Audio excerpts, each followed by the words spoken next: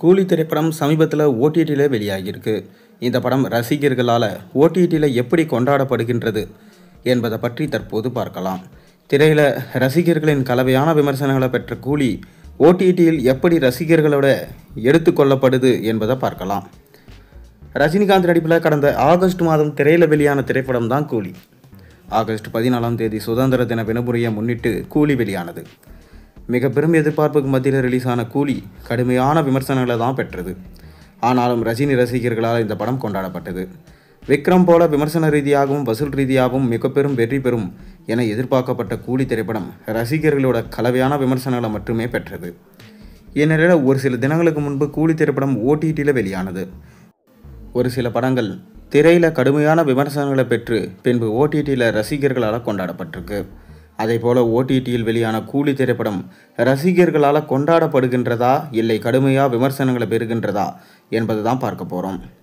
ஓடிடியில் செப்டம்பர் 11ஆம் தேதி கூலி திரைப்படம் வெளியானது. இந்த படத்தை வழக்கம் போல் ரஜினி ரசிகர்கள் கொண்டாடிட்டு வராங்க. திரையில் எப்படி இந்த படத்தை பார்த்து ரசிக்கார்களோ அதே போல தான் ஓடிடியிலும் கூலி படத்தை பார்த்து ரசிச்சுட்டு வராங்க ரஜினி ரசிகர்கள். மேலும் திரையில் கூலி திரைப்படத்தை மிஸ் செய்த சிலர் ஓடிடியில் இந்த படத்தை பார்த்துவிட்டு படம் நல்லா தானே இருக்குது, பிறகு ஏன் இந்த அளவுக்கு படத்தை கடுமையாக விமர்சித்தாங்க என கூறிட்டு வராங்க.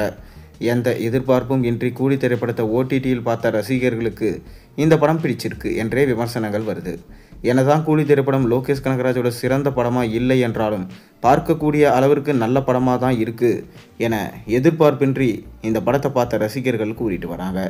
அதுவே விக்ரம், கைதி போன்ற படங்களை போல கூலி படமும் இருக்கும் என்ற எதிர்பார்ப்பில் ஓடிடியில் இந்த படத்தை பார்த்த ரசிகர்களுக்கு ஏமாற்றமே மிஞ்சிருக்கு. அவர்கள் கூலி திரைப்படத்தை கடுமையாக விமர்சனம் செஞ்சுட்டு வராங்க.